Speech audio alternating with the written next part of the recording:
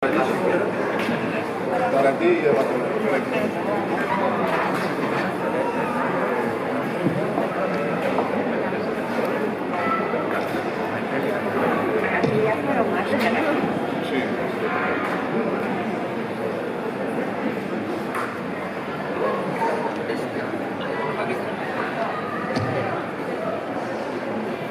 Bonsoir.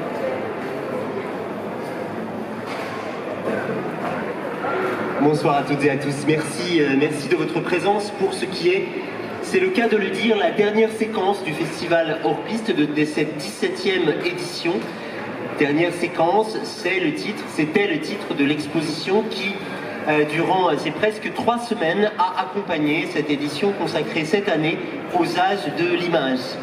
Au nom du Centre Pompidou, au nom de tout le département culture et création en particulier, je voudrais remercier très chaleureusement celles et ceux qui ont rendu possible ce festival depuis longtemps, le 26 janvier, le 20 janvier, je ne sais plus, dernier. Remercier Géraldine Gomez d'avoir mis en musique l'ensemble de cette séquence pluridisciplinaire.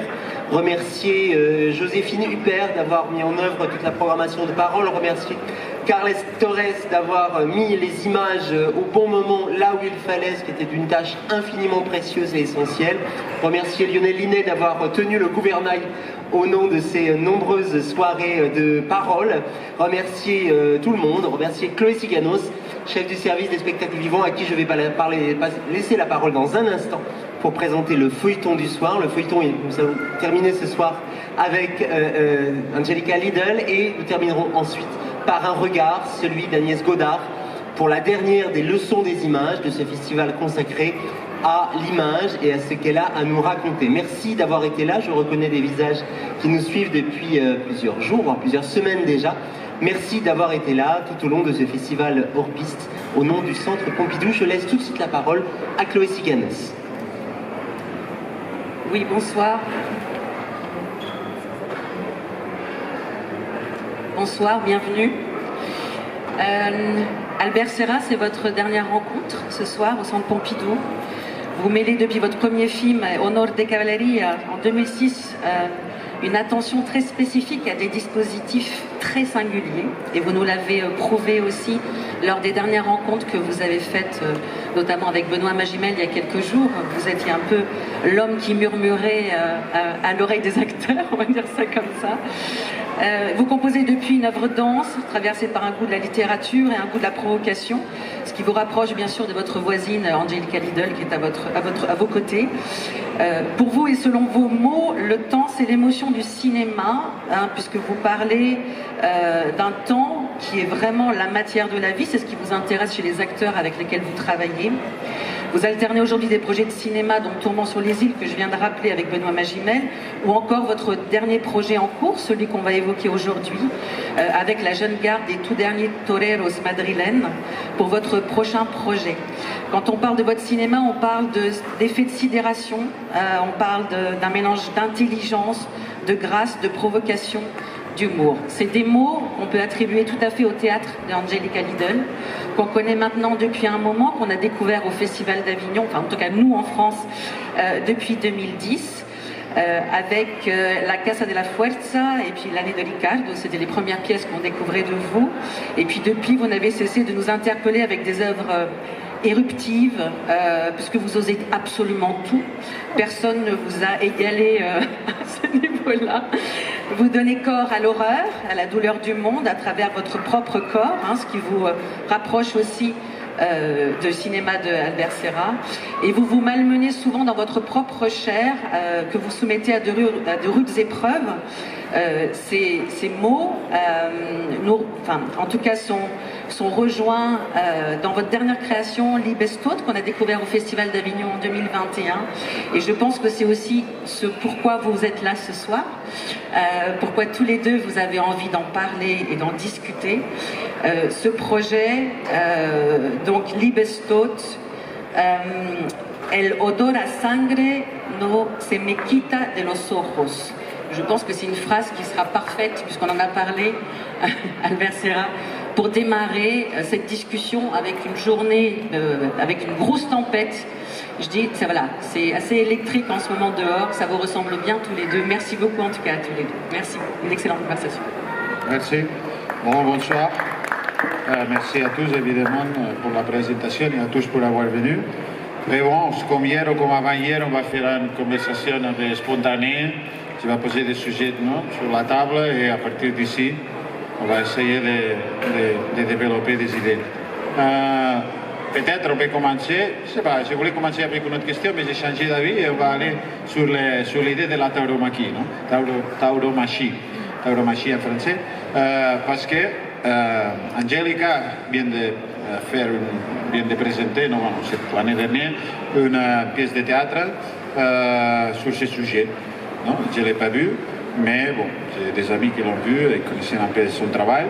Et à partir d'ici, moi je prépare pour cette année, dans quelques mois, le tournage d'un film sur des jeunes toreros et surtout sur un sujet spécifique de la tauromachie, que c'est, comment dire, un peu le côté de la souffrance, ce qui est quelque chose qui vous touche très proche, la souffrance, l'angoisse du torero, aussi évidemment dans les moments de la corrida, mais un peu dans la vie en général. Non? Cette idée de compromis, de s'exposer au danger extrême, au péril de mort, et à partir d'ici, comme surtout des jeunes toreros, ce qui est assez rare, des jeunes toreros surtout avec un compromis assez puriste, ce pas des gens qui le font pour l'argent, qui le font pour, je sais pas, pour des autres raisons, mais qui ont vraiment qui voyaient ça comme une espèce de devoir, d'un héritage, etc., et qui s'exposaient à tous ces dangers pour une espèce de, comme le théâtre, d'art éphémère, où, à différence du théâtre, la mort est réelle et peut jouer un rôle important. Je pense qu'Angélica, avec son dernier travail, il voulait explorer un peu cette idée de jusqu'à quel point la vérité de la mort, ou les dangers, ou les périls de la mort pouvaient tout changer, ou pouvaient vraiment je sais pas, rendre un spectacle beaucoup plus intéressant, ou au moins de donner une idée de qu'est-ce que c'est cet spectacle de la tauromachie, ou ce danger de mort est si important et si présent et un peu l'essence de tout l'art du torero. Peut-être tu pourrais un peu, si tu as compris un peu la pregunta de cómo el tema de la muerte, ¿no? Sí, sí, el peligro y el riesgo, ¿no? Y sobre todo la idea de que el teatro es como una cosa un poco inofensiva, tú siempre lo habías intentado, de que ir un poco más lejos, pero claro, al lado de la tauromaquia, con este peligro de muerte real, ¿no? Sí. L'idée de si tu penses encore que le théâtre, à côté de ça, c'est un peu comme une espèce de mascarade, comme une espèce de... jusqu'à quel point tu crois que tu peux reproduire avec ton travail un degré de compromiso, un compromiso, una entrega similar a la que tú puedes haber descubierto en los toreros. Claro, es la relación que yo establezco con la tauromaquia, es una relación de frustración con respecto al teatro. Me siento frustrada y trabajo con envidia de ser torero, ¿no? C'est sûr que si je dois faire un rapprochement entre mon travail en tant qu'artiste au théâtre et le travail d'un torero, le seul rapport que je peux avoir, c'est celui de la frustration et de l'envie. Donc je les regarde en me disant que j'aurais voulu pouvoir être torera. Entonces creo que el peligro que uno puede correr en el teatro viene del ser, ¿no? de entregar la intimidad, de exponerse a uno mismo, ¿no? Et le danger que l'on court au théâtre, c'est celui qui est relatif à l'être. C'est celui de l'ouverture totale, de la remise, en quelque sorte, de l'intimité, du don de l'intimité. Bueno, es muy conocida la frase de Juan Belmonte, ¿no? Que aparece en la biografía de Chávez Nogales: se torea como se es, se torea como se ama. Entonces yo no puedo, mi manera de aproximarme al peligro es sobre todo ser, ¿no? No es representar, sino transfigurarme. Para mí el toreo es transfiguración. El torero cuando sale a la plaza se transfigura, se trasciende. Entonces el teatro para mí es ese lugar donde yo entro para transfigurarme. Cuando me dicen, bueno, hay un personaje, Angélica Lidl, hay un personaje, ¿quién es Angélica? ¿Quién es? No, no es una máscara, es una transfiguración, ¿no? Y para eso hay que exponerse, hay que exponer el ser, ¿no? Et c'est une phrase que dit Belmonte dans sa biographie. Il est indiqué qu'il a dit « on t'aurait comme on est et comme on aime ». Et il s'agit vraiment de l'être. Et moi, dans le théâtre, le rapport que j'ai à l'être, c'est un rapport de transfiguration. De la même façon que Belmonte se transfigurait à travers son geste de torero, moi, sur scène, dans un spectacle, il ne s'agit pas de représenter, il ne s'agit pas de donner à voir, mais de se transfigurer, de se transcender. Et donc quand on vient me voir en me disant « mais il y a un personnage, Angélica sur scène, où est le personnage, où est le vrai ?» Il n'y a pas de personnage, c'est moi et c'est mon être, et c'est par cette transfiguration que je crée quelque chose sur une scène. Y luego nos une el teatro y la tauromaquia, están unidos por el concepto de tragedia, que tiene que ver con el sacrificio, ¿no? Sobre todo. Et l'autre lien de fond entre la tauromachie et le théâtre, c'est la tragédie, c'est la dimension tragique et le sens fondamental du sacrifice. Il y a aussi un autre sujet intéressant, je pense, au niveau des tauromachie, parce que moi je prépare le film et j'ai commencé à parler avec les toreros et je les ai connus et je les ai croisés plusieurs fois. Et il y a quelque chose qui m'a assez intéressé parce que peut-être que c'est en différence avec le théâtre et on pourra parler. Parce que j'ai remarqué que les toreros, même les plus jeunes, ils sont des jeunes un peu mystiques, non? Un peu isolés, ils ont un regard un peu perdu. Non, mais en même temps, ça c'est très poétique. Je pense que ça va être pour le film très poétique.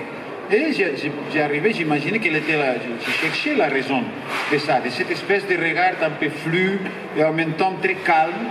C'est des gens qui sont jamais dans une espèce d'excitation ou de stress, ils sont très très calmes, non?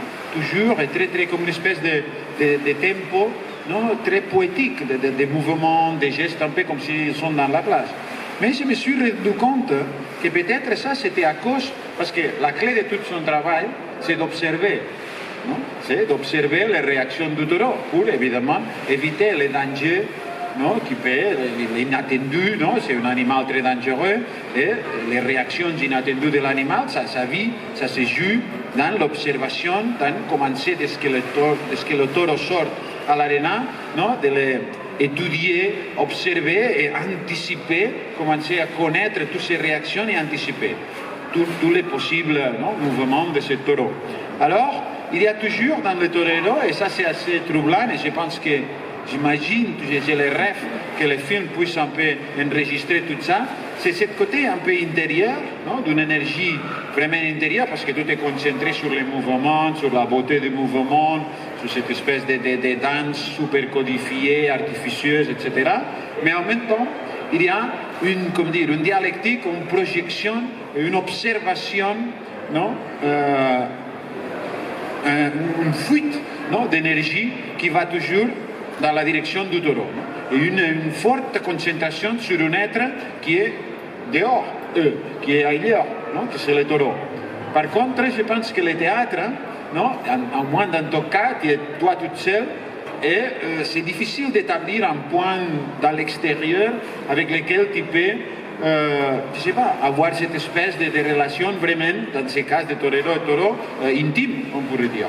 Est-ce que peut-être le public, ou est-ce que tu restes aussi sur les scènes toujours dans ton intérieur et que c'est difficile d'établir un dialogue, même si c'est avec un public imaginaire, ou une espèce de, je sais pas, ou ennemi imaginaire, ou une espèce de défi imaginaire, il y a cette possibilité, non, d'énergie qui sort un peu de toi-même et qui est, je ne sais pas, dans les autres, je ne sais pas si c'est le public, les mots, ou dans une motivation extérieure, une motivation physique extérieure, ça reste toujours dans cette friction interne. Quand tu parles de t'exposer, de la violence, de l'intimité, etc. Sí, claro, lo que pasa en el escenario es que el toro en el escenario es invisible y, claro, el peligro viene de tus propios sentimientos, ¿no? De la observación. Yo no creo ni siquiera que uno observe sus propios sentimientos, sino que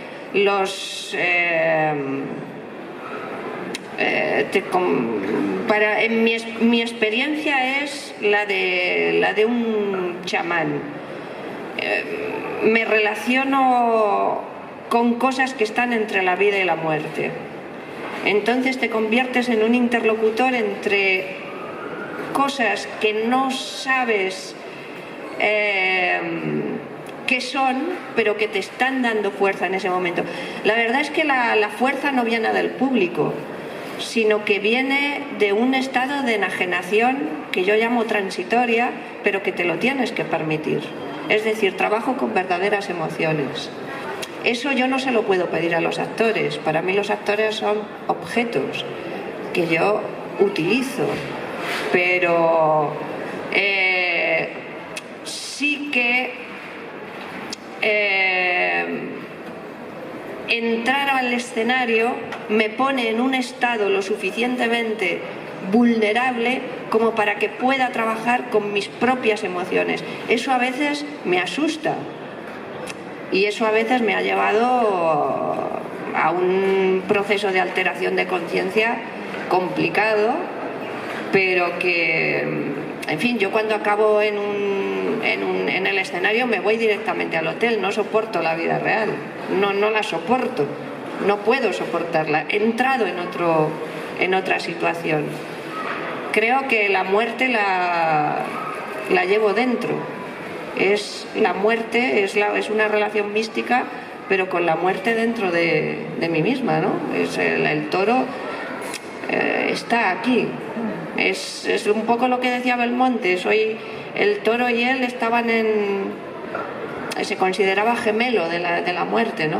Es trabajar con ganas de morirse. Yo casi lo resumiría ahí, trabajar con ganas de morirte. Eso, o eres así o no hay nada que hacer. En effet, ce qui se passe sur une scène, c'est que le taureau est invisible. Le taureau est en soi, c'est nos propres sentiments, mais je ne dirais même pas qu'on observe ses propres sentiments. Là, dans ma propre expérience, je ne peux rapprocher cet état qu'à un état chamanique, un état de fluctuation, de passage entre la vie et la mort, que j'appelle un état transitoire, mais qui finalement est un état dans lequel je ne peux pas avoir recours à des acteurs, parce que pour moi les acteurs sont des objets, sont des outils. Ce dont il s'agit, c'est de créer cet état de danger en moi, qui est un état d'altération, d'aliénation totale, qui est un état qui en même temps est assez effrayant. Moi j'ai peur de cet état, puisque je sens que c'est un état de conscience altérée, mais finalement il n'y a que cette mise en danger qui me permet d'être dans cet état d'exposition de moi-même sur scène. Et quand je sors de scène, par exemple, je dois aller à l'hôtel. Je ne peux pas être dans des relations mondaines et vivre une vie normale. Je dois me retirer, je dois être seule avec moi-même, puisque c'est quelque chose que l'on a en soi ou qu'on n'a pas. C'est exactement ce que dit Del Monte aussi, quand il dit qu'il est dans un rapport à la mort où il ne fait qu'un avec le taureau. Ils sont comme jumeaux dans le désir de mort. Et je pense qu'être sur scène, c'est aussi assumer ce désir de mort, assumer le fait que l'on crée, que l'on se donne, parce que la mort est aussi présent dans la vie que l'on porte en soi et le danger est en soi. Y luego otra cosa también que coincide el teatro con la tauromaquia, es decir, no me gusta ni llamarlo teatro, fíjate, es una cosa que ni me gusta, pero hay una cosa en la que coincide, que es un perímetro ritual. Cuando tú eres consciente de que entras en un rito, esto ya te altera, esto ya te transforma. Hay gente que entra a un escenario y entra a reivindicar, ¿no? A hacer sus reivindicaciones y sus historias. No, si tú entras en un perímetro ritual, pues sucede como con el tarantismo, ¿no? Cuando, bueno, tú sabes, cuando ponían estas sábanas y entonces las mujeres se ponían encima de la sábana a exorcizar la picadura de una araña, que no era la picadura de una araña real, era una liberación de conflictos internos. Entonces, los perímetros rituales también sirven para liberar los conflictos internos. En este caso, en el caso cuando enfrente de un animal que es la muerte, ahí libera el torero también, aparte de, quiero decir, todo ese perímetro está regido formalmente por la belleza, y eso es exactamente algo que está regido por la estética, y tiene mucho que ver también con el racionalismo, no tiene que ver con una cosa así sangrienta, sino es una cosa, como tú decías, de observación, de pureza estética, de control. No es una cosa violenta. Para mí el toreo no es una cosa violenta, ¿no? Es una cuestión estética, pero en la que, gracias al perímetro ritual, se liberan conflictos internos y el dolor interno y la relación que tú tienes con la muerte. Si no entiendes así el teatro, pues evidentemente es muy pobre, ¿no? Sería una cosa pobre. Et un autre lien que je peux faire entre la tauromachie et le théâtre, et je rechigne même à utiliser le mot de théâtre, j'aimerais ne pas l'appeler comme ça, le nommer autrement.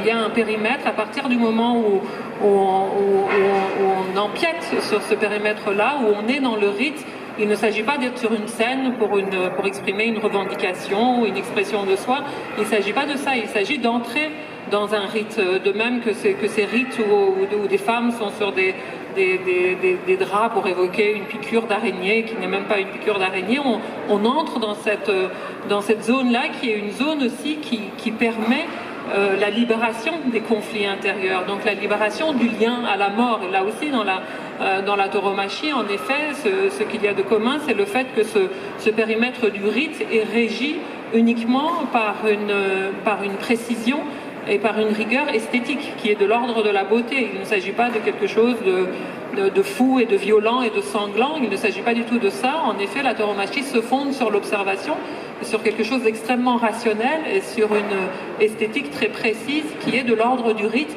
et qui permet la libération des tensions et des contradictions intérieures. Ça c'est intéressant peut-être, parce que c'est un peu, ça doit être plus difficile dans les théâtres. J'aimerais comparer maintenant cette espèce de tension entre le contrôle et la perte du contrôle, non? Parce que, évidemment, la garantie de l'objectif esthétique, de l'ébut artistique, c'est ce contrôle que tu dis, cette précision, c'est ce qui donne, non? C'est une beauté, mais qui vient d'une réflexion rationnelle de qu'est-ce que c'est beau. Mais en même temps, pour explorer aussi cette beauté dans un côté un peu inédit, pour chercher ou pour trouver un petit morceau de beauté qu'on n'a pas trouvé avant, peut-être il faut sortir, non, de ce côté rationnel, ce que tu fais dans le théâtre, et perdre un peu le contrôle. Moi je pense que c'est la même tension qu'il y a dans le cinéma, au moins dans la pratique que j'ai fait, mais le contrôle qu'on perd, disons, sur le tournage, après nous, on peut le récupérer sur le montage. Non? Et on peut maîtriser un peu d'une certaine façon des choses qui ont échappé ou qui sont devenues trop confus ou trop abstraites, etc. Non? On peut la rendre dans un périmètre, non? Aussi plus ou moins compréhensible et homogène avec ce désir de beauté. Par contre, dans le théâtre, ça se réalise à thème réel au même moment. C'est-à-dire que le contrôle pour garantir l'objectif esthétique doit être là, mais en même temps, la perte de contrôle, si on veut chercher dans chaque représentation ou dans chaque nouvelle pièce, non, des moments un peu inédits ou différents dans les précédents, je pense que c'est basé sur cette idée de passer ses limites de ce contrôle, ou pas? Sí, verdaderamente a veces.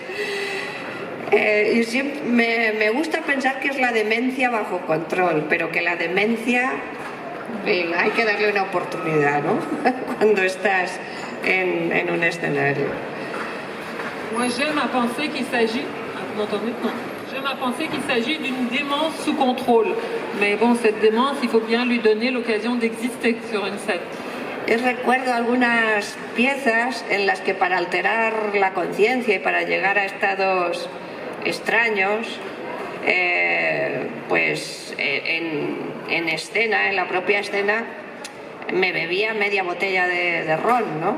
Y entonces, claro, eso sí que me permitía llegar a lugares muy extraños Eso sucede cuando trabajo sola en el escenario, no puedo trabajar con nadie más, tengo que estar sola.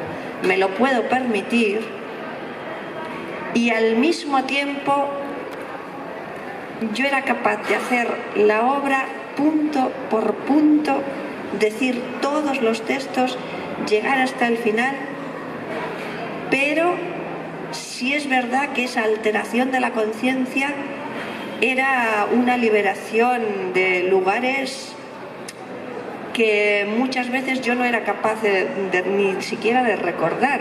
Me decían, hoy has hecho esto o has dicho esto. Pero al mismo tiempo tenía una conciencia de control brutal. Hasta un día que en Estados Unidos rompí todos los violonchelos que había en el escenario y claro, bueno, tuvimos que hacer un trato para no acabar en la cárcel. Esas cosas también pasan. Así que cuando pasan es complicado, pero a veces sí que hay un propósito de llegar hasta ese lugar. Es muy complicado. Ya te digo que en Seattle casi acabamos con retirar el pasaporte, tuvimos que pagar y nos arruinamos porque rompí toda la escenografía, la rompí. Pour atteindre ces états de conscience altérée, ces états dans lesquels quelque chose se passe, parfois je peux me permettre certaines choses. Pour ça, il faut que je sois seule sur scène. Je ne peux pas le faire si j'ai des compagnons de scène, mais il peut m'arriver de boire une demi-bouteille de rhum toute seule pendant une représentation pour atteindre ces états-là, pour être dans cette conscience-là, ces lieux, ces espaces qui me font atteindre autre chose. Et dans ces cas-là, ce qui est incroyable, c'est que je maintiens exactement le fil de la pièce. Je dis le texte, je mène la pièce au bout comme prévu. Je ne perds pas ce contrôle-là. Et pourtant, il y a aussi autre chose qui se passe. Je passe aussi à autre chose. Et je passe à des choses qui parfois ne sont pas du tout conscientes pour moi. C'est-à-dire que d'autres viennent me dire « Ce soir, tu as dit telle chose, tu as vu, tu as fait telle chose ». Ce sont des choses dont je ne suis pas consciente. Et pourtant, je sais que c'est par ce procédé-là que je peux atteindre cet état de conscience qui me donne cet accès-là à la création. Ça peut prendre des tournures parfois un peu graves. Par exemple, à Seattle, une fois, j'ai cassé tout le décor, tous les violoncelles qui étaient sur scène, et donc on a failli se retrouver en tôle avec le passeport confisqué si on ne s'était pas ruiné pour essayer de racheter la situation comme on a pu. Mais en tout cas, c'est à ce prix-là. Il y a un prix à payer. Siempre le doy una oportunidad a la libertad, no lo sé. Siempre le doy una oportunidad a la locura. Y a veces, sí, también le doy una oportunidad a las maldiciones, a los fantasmas. Sí, dejo siempre esa puerta abierta, todo lo que puedo. Sé que a veces me ha costado caro, pero no quiero renunciar. Y bueno, ahí sí que te diría que sí que en el teatro es un riesgo importante dejar esa puerta abierta, ¿no?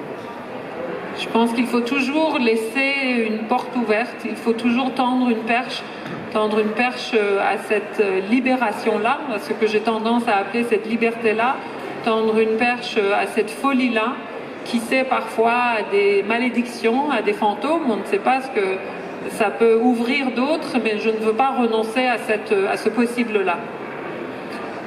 Dices que es arriesgado, ¿por qué? ¿En qué sentido? Es arriesgado porque... ¿En el sentido que quedará mal la porque obra, a o veces, en el sentido de inaceptación por parte del público? Es arriesgado en el sentido de que puedes ir contra la propia obra. Yo a veces, pues cuántas veces de repente deseas destrozar lo que has creado, ¿no? No estás contento, no estás a gusto y entonces, bueno, necesitas destrozarlo y lo tienes que destrozar en vivo, no puedo montarlo al día siguiente. No es como que no esté contenta y vamos a hacer... No, lo que ha pasado ya es lo más parecido a la vida, ya no hay recuperación, es lo que ha sucedido, ya no hay reparación. Pero es verdad que a veces cuando estoy demasiado cómoda necesito destrozar algo. no en el sentido tampoco físico, sino también en otros sentidos, ¿no? Y eso es un riesgo porque no hay reparación, eso es como la vida, lo que pasó ya pasó. Si dejaste a los actores solos en el escenario y tú te fuiste y los dejaste allí, el público va a ver eso, ese público ya no van, ya no hay otra versión. Entonces, claro, es arriesgado porque muchas veces uno va contra su propia, puedes, sin dar, bueno, consciente o inconscientemente, sí, destrozas tu propia obra, pero a veces esa necesidad existe y existe en vivo. Y ya no hay solución, ¿no? Ya cuando ha ocurrido, ahí está. Et si je dis que c'est dangereux, que c'est risqué, qu'il y a un prix à payer, c'est que ça peut être au détriment de l'œuvre elle-même, ça peut être au détriment du propre travail que l'on a fait. Et pourtant, quand on sent qu'on n'est pas à l'aise dans ce travail-là, quand on sent qu'il y a un confort qui s'installe, parce que pour moi c'est aussi en termes de confort, on a ce désir de détruire et il faut détruire. Il faut détruire et c'est comme dans la vie, quand on détruit, il n'y a pas de réparation, il n'y a pas de retour en arrière. Et au théâtre, c'est sur le vif que cette destruction s'opère, que ce désir de désordre et de mise à mal du confort s'opère. Et pour moi, c'est comme dans la vie. Je ne peux pas faire autrement. Je ne peux pas laisser des acteurs et le public regarder les acteurs et moi m'en aller. Quand ça ne va pas, il faut prendre ce risque-là, assumer ce danger-là de détruire ce que l'on a soi-même construit. Tu as dit avant que la violence que tu vois dans la tauromachie, pour toi, ce n'était pas de la violence. Non? Aussi peut-être, tu dirais la même chose de tous les actes violents que tu t'es fait à toi-même sur les scènes. C'est pour toi de la violence ou qu'est-ce que c'est exactement? Parce que c'est assez, surtout aujourd'hui, c'est assez polémique, non? Toute cette violence contre soi-même ou contre parfois les autres acteurs. Non? Tu as fait aussi récemment une œuvre un peu polémique de ce point de vue, non? De torture, etc., d'abus du corps de la femme. Alors, tu sens aussi que cette violence, c'est pas de la violence ou c'est quoi pour toi? No es la verdadera violencia. La verdadera violencia está afuera. Todo lo que está sometido a la estética es la violencia de la belleza. O sea, la violencia de la belleza lucha contra la violencia real. Entonces, yo no lo considero violencia. Todo lo que está sometido a la estética lo considero pensamiento.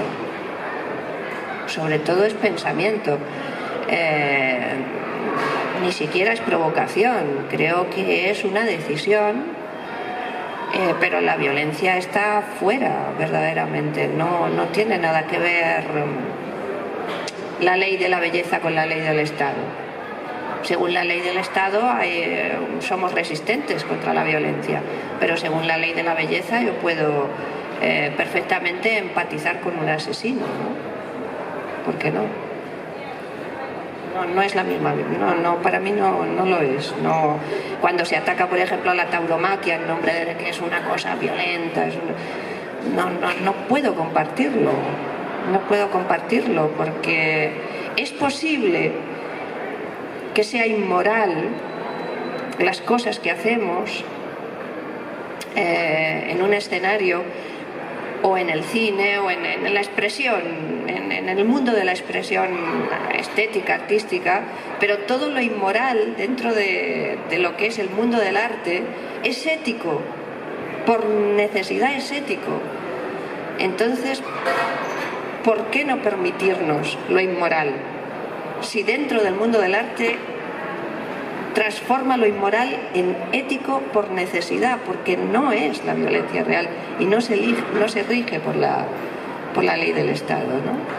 Es la ley de la poesía. Entonces, por eso nos podemos permitir lo inmoral.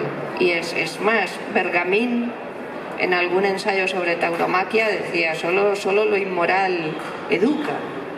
Lo moral entontece, solo lo inmoral educa. De ahí Sade, ¿no? En fin.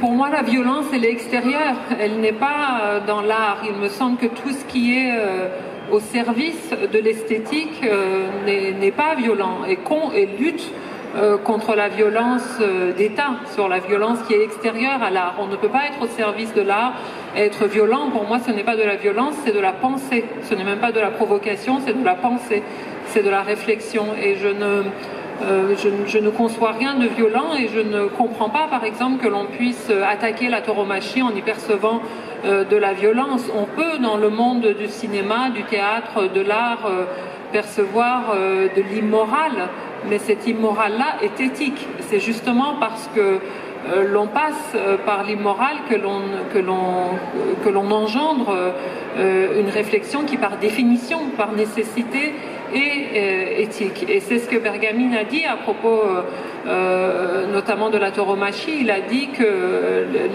c'est l'immoralité qui éduque. La moralité est la bêtise. Donc pour moi, cette éducation-là, cette mise à distance de la violence d'État, puisque justement la violence artistique et esthétique n'est pas soumise à l'État. Moi, dans le monde de l'art, je peux tout à fait compatir avec un assassin. Et donc ce lieu-là doit être préservé, cette éthique-là doit être préservée. Steiner, el filósofo George Steiner, decía que el genio no es democrático, no se rige por la democracia. No se habla de que seamos genios, ni no. Él decía el genio creativo, no es que ahora estemos aquí autonombrándonos, pero él decía que el genio no se rige por la democracia. Evidentemente hay una desproporción entre la democracia y la creación, ¿no? Et George Steiner disait le génie n'est pas démocratique, ce n'est pas la démocratie qui régit le génie, pas le génie au sens de l'autocongratulation de nous sommes des génies, mais le génie en tant que tel est dans ce rapport de disproportion avec la démocratie. Alors, avant tu as qualifié les acteurs avec lesquels tu travailles aussi comme objet, comme s'ils faisaient un peu partie de la pièce. Je comprends qu'avec cette philosophie, ce point de vue que tu as sur l'art, ça doit être difficile de partager ces valeurs avec les autres acteurs et avoir, comme dire, une espèce de relation, je sais pas, une espèce de communication normale ou directe pour s'engager dans cette démarche. Alors, quel est ton rapport avec ça, travailler avec des autres acteurs sur les scènes? Est-ce que tu arrives à les considérer des égales sur les scènes ou pas, ou comment tu peux gérer cette espèce de compromis si personnel et qui inclut ça, la violence contre toi-même, avec le travail, avec des gens apparemment un peu plus, je sais pas, on dirait normal. No, en el fondo es que no trabajo con actores. Esa es la cuestión, que intento no trabajar con actores, intento trabajar con gente que entra ya con la piel puesta, ¿no? Y con algo... intento no trabajar con profesionales del mundo de la actuación. Entonces me resulta fácil, aunque no compartamos pues una base teórica, ni hablemos de esto, no nos hace falta, pero bueno, es una relación más de fe en lo que están haciendo, una fe, les pido fe, una fe básica y verdaderamente las personas más interesantes que he encontrado las he encontrado fuera del mundo de la actuación, por supuesto. Entonces el entendimiento es a otro nivel, ¿no? Un actor, hablábamos antes de los actores alemanes, no les puedo pedir eso, ¿no? No podría, es un desastre, o sea, pero por eso voy buscando a personas pues con las que estemos bien, que le pueda pedir cosas, que lo hagan con naturalidad, que nos entendamos bien y ya está, pero no, el mundo de los actores a mí me causa mucha repulsión. Ben, je m'en sors tout simplement en n'ayant pas recours à des acteurs. Les acteurs ne sont pas pour moi. Ce que je veux, c'est avoir des gens qui viennent juste avec eux, avec ce qu'ils sont, avec leur être, avec leur peau. Et ces gens-là, je les trouve en dehors du monde des acteurs professionnels. Il ne s'agit pas, les personnes avec qui j'arrive à établir cette compréhension-là, ça ne se fait pas sur la base d'une théorie du théâtre, il ne s'agit pas du tout de ça, il s'agit plutôt d'être à un autre niveau qui est un niveau de vérité, de venir avec son être, et ça on parlait plutôt des acteurs allemands, je ne peux pas le demander à un acteur, donc je dois dire que je suis très sceptique, voire que j'ai une certaine répulsion pour le monde des acteurs, donc ce n'est pas là que je vais chercher mes compagnons de scène. Sí, tu as parlé avant de la vie réelle, ¿no?, qui existe après l'actuación. D'ailleurs, moi j'ai lu les entretiens à toi, et quand tu parles souvent de cette vie réelle, ou la vie quotidienne, ou la vie dehors, ce périmètre, ¿no?, du théâtre, c'est assez émouvant parce que tu dis que normalement tu considères ça comme si c'était une espèce de vie de deuxième catégorie, comme si ce n'était pas en fait la vie réelle et qui est simplement des moments qui sont au service exclusivement de les moments qui vont exister sur les scènes. Tu peux parler un peu de ça, de ton rapport et ta relation avec la vie quotidienne, avec la vie réelle, parce que tu as des fois dit non, que tu adores simplement être voyager dans les hôtels, non, et fait vraiment cette vie qui est ça, qui est préparée pour rentrer, qui est tout le temps préparée pour rentrer sur les scènes.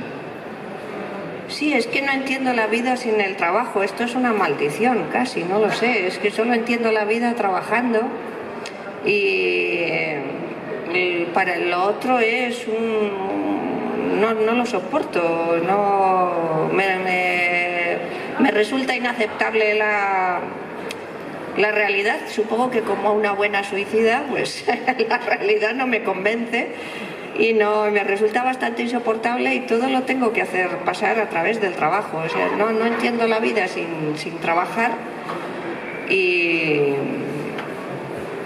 sí, todo mi esfuerzo lo concentro, todo el sentido de levantarme me levanto por la mañana, estoy ya escribiendo, trabajando, haciendo, proyectando, yendo, viniendo, porque si no, no sería capaz yo de aguantar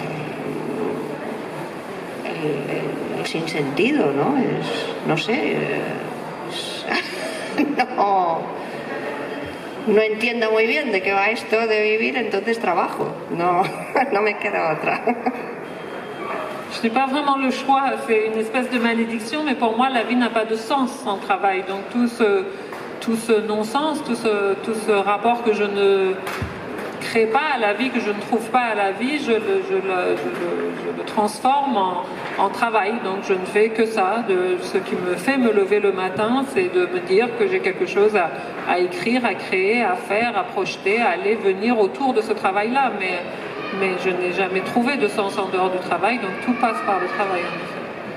Et donc, d'une certaine façon, tu trouves où un peu la matière, les sujets de ton travail? Tu arrives à établir, par exemple, des relations personnelles dans la vie réelle, un peu profondes, qui puissent alimenter un peu ton travail, ou les sujets, ou ça sort d'où exactement los temas, ¿no? De que se nutren los temas. Sí, oye, realmente llegas a establecer relaciones personales fuera del trabajo de una manera un poco profunda y esto nutre el trabajo o no, casi ni existe como influencia del trabajo. Como influencia básicamente es el desprecio por la vida, es ya la gran influencia. Entonces en ese desprecio, bueno, pues entra todo lo que... El odio básicamente es el motor de mi trabajo. Entonces, desde que claro, estás rodeado de cosas que detestas. Entonces todo esto me va nutriendo. También eso me ha permitido reconocer la belleza. Entre ese odio o esa repugnancia y el reconocimiento de lo bello, que es lo que me salva, pues ahí es donde se desenvuelven las necesidades, ¿no? de hablar sobre ciertas cosas o de expresar...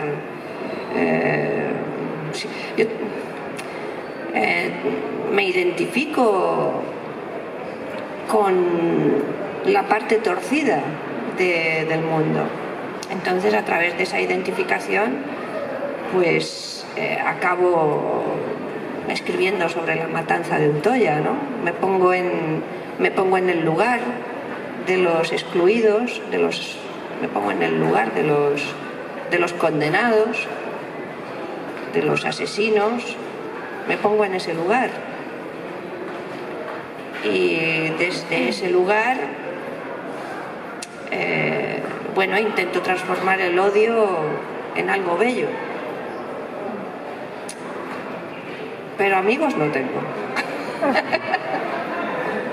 Je crois vraiment que ce qui me nourrit et ce qui nourrit mon travail, c'est le mépris de la vie. C'est ce mépris profond que je ressens, et finalement rien n'a autant été un moteur de création pour moi que la haine. La haine et le rejet de tout ce que je ne supporte pas. C'est finalement par ce biais-là que j'ai eu accès au beau et que j'ai pu reconnaître le beau. La beauté ne m'est apparue qu'en réagissant à ce que je détestais et ce qui en moi entraînait de la répugnance et du mépris. Et donc, comme je m'identifie à la part tordue, à là où il y a une torsion dans la vie, eh bien c'est en cheminant dans ces zones-là que j'ai pu trouver un sens et pu trouver une beauté.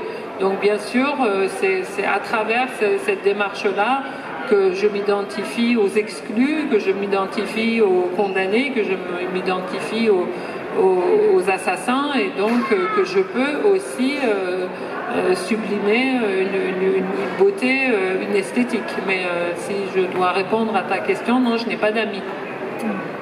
Yo creo que si no me hubiera dedicado a escribir me hubiera salido a matar a gente, entonces mejor que escriba.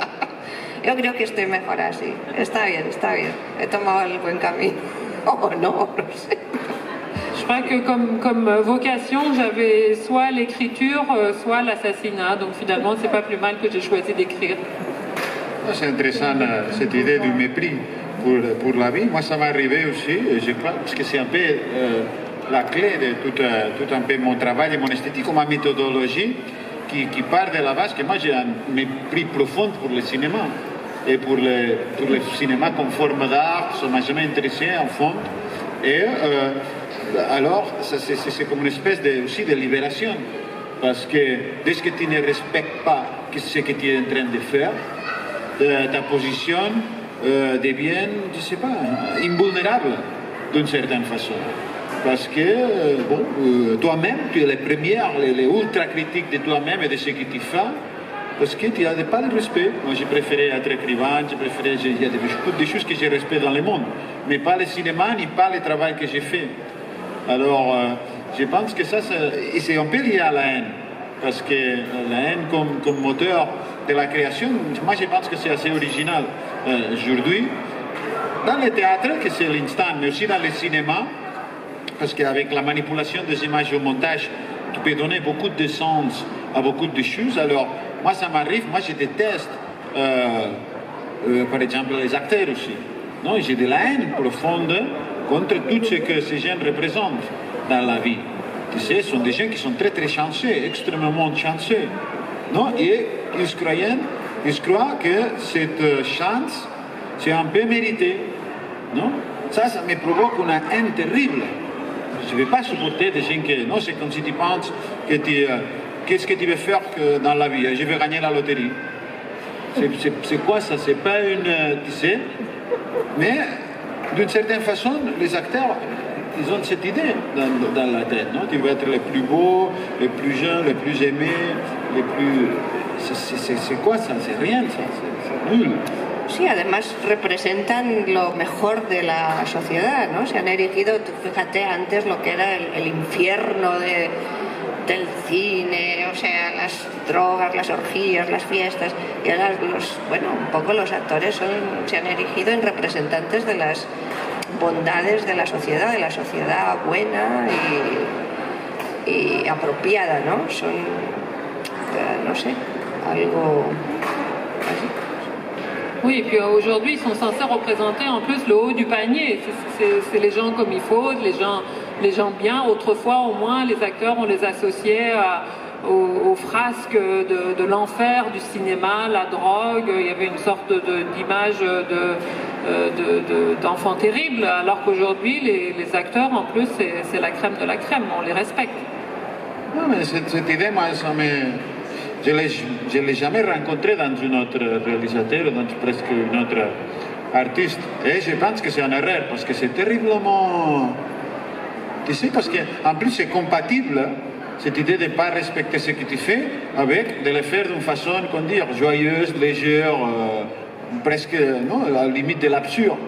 Alors dans la combinaison de ces deux sentiments, de faire de ça une espèce de fête banale ou légère, et en même temps pour s'amuser, et en même temps avoir une méprise totale pour tout ce que tu es en train de faire, je pense qu'il y a une atmosphère assez idéale pour la création. Surtout parce qu'après tu seras capable, comme j'ai dit avant, de transformer toute cette matériel, non, dans une chose complètement différente qui a rien à voir, absolument rien à voir, et qui peut avoir cette atmosphère contradictoire, même désagréable d'une certaine façon, parce que je pense que le travail, à moi dans mon cas, c'est pas... Parce que moi, la scène de mon travail, c'est travailler avec des gens. Moi, je ne suis pas sur les scènes, alors je dois vraiment... Ce que tu fais toi-même avec toi-même, imagine de faire la même chose avec la même radicalité, mais avec les autres. C'est un défi, c'est-à-dire, comme tu fais ça, c'est encore peut-être plus problématique, non, plus difficile que de la faire avec toi-même, parce qu'à la fin, bon, tu t'exposes à toi-même et l'idée de créer une atmosphère qui puisse ça faire possible sans que les gens se rendent compte, non, jusqu'à quel point c'est un attentat contre son intégrité, d'une certaine façon, comme, non, comme toi, quand tu travailles, ce que tu fais, c'est t'exposer à un tel niveau que c'est un attentat contre ton propre intégrité. En même temps, tu restes toujours intègre, d'une certaine façon. Mais déjà, ça, je pense qu'il y a... Et c'est vrai que ça, on ne l'enseigne pas. J'adore cette phrase que tu as dit de Bergamine qui dit c'est l'immoralité qui éduque. Non, la moralité, comme tu as dit... Abeti. Non? Et malheureusement, aujourd'hui c'est difficile. Bon, pas dans mon cas, parce qu'avec les gens que je travaille, il n'y a pas de problème, mais j'imagine que toi non plus, comme tu as dit que tu travailles avec des gens sympas, etc. Mais c'est vrai que dans un côté, tu sais, plutôt industriel, ou plutôt non, de cinéma ou de théâtre plus normal, ça doit être, c'est devenu très difficile. Parce que, alors ça limite beaucoup les esthétiques, les démarches, les recherches, non, c'est impossible. Parce que moi, je crois profondément qu'il n'y a pas de progression dans la fabrication d'un film. Peut-être dans le théâtre, comme c'est de la répétition et tout ça, tu es obligé à travailler avec une certaine progression. Non? Tu commences à créer quelque chose, et ça évolue, et peut-être ça monte et tout ça. Mais ce côté destructif avec le cinéma, c'est encore plus clair. Parce que moi, je base tout sur la destruction, dans le sens qu'une fulguration de destruction, si c'est enregistré, ça suffit. Après, non, si j'en ai plusieurs, ça peut être plus intense que d'avoir cette idée qu'avec le travail progressif, la communication, le travail avec les autres acteurs, tu vas arriver à quelque chose de solide. Non, on s'en fout. C'est l'image captée pendant des secondes qui va durer. On s'en fout de comment a été fabriqué et quelles sont les raisons derrière. C'est l'image figée qui compte. Non? Et, je pense que je partage un peu cette vision de destructif comme un moteur, avec la haine aussi, comme un moteur important pour la création. Sí, es muy difícil compartirlo, como bien dices, con el equipo de trabajo, no, porque, bueno, sí, es demasiado... Creo que en el fondo sí que hay un tiempo puritano y unos tiempos donde sí, los actores, pues es el material con el que trabajamos, las personas están demasiado preocupadas por los derechos, no sé, por defender su integridad, cuando lo que hay que hacer es desintegrarse, ¿no? En el fondo, para poder ofrecer algo que te pide un director,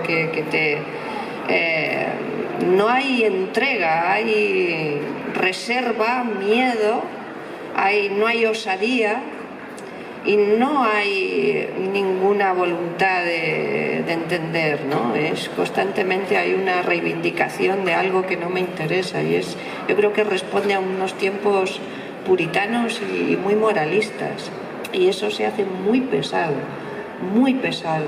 Te encuentras con ese problema hasta con figuración, que cruzan el escenario, que de repente que no es ni que tengas que llegar a un punto con ellos de trabajo, sino que les dices, cruza el escenario, y de repente te dicen, no, pon mi nombre en la puerta, o esto, o lo otro, y se hace muy difícil. A mí se me hace cada vez más difícil trabajar con gente. Yo noto la asfixia de los tiempos. Sí. Oui, en effet, tu as raison. Il y a vraiment une vraie difficulté de partager avec une équipe. Il y a un tel puritanisme ambiant que ce dont il s'agit pour les acteurs, pour la matière humaine avec laquelle on travaille, toujours d'être sur la réserve, d'essayer de préserver leurs droits, de préserver leur intégrité, de préserver leur petit être, alors qu'on ne peut pas créer si on ne tend pas vers la désintégration. Si ce qui compte c'est l'intégrité, qu'est-ce que l'on peut donner, qu'est-ce que l'on peut créer? Si vous ne pouvez pas entendre, comprendre, faire vôtre ce que demande un metteur en scène, ce que demande un artiste avec qui vous créez, il n'y a pas d'ouverture possible, il n'y a pas de création possible. Jusque dans la figuration, où vous demandez à des gens de traverser une scène, ils disent oui, mais alors dans ce cas-là, il faut mettre mon nom. Et c'est devenu de plus en plus pénible, en tout cas moi, ça m'est devenu de plus en plus pénible, et je rapproche ça de ce puritanisme ambiant, de cette nécessité de s'affirmer, de revendiquer, de tirer la couverture à soi plutôt que d'avoir quelque chose à donner. Bon, en tout cas, je partage ça et je suis content d'avoir aussi partagé ces moments avec toi. J'espère qu'on aura des autres occasions. Merci à tous pour avoir venu et à bientôt. Merci à tous.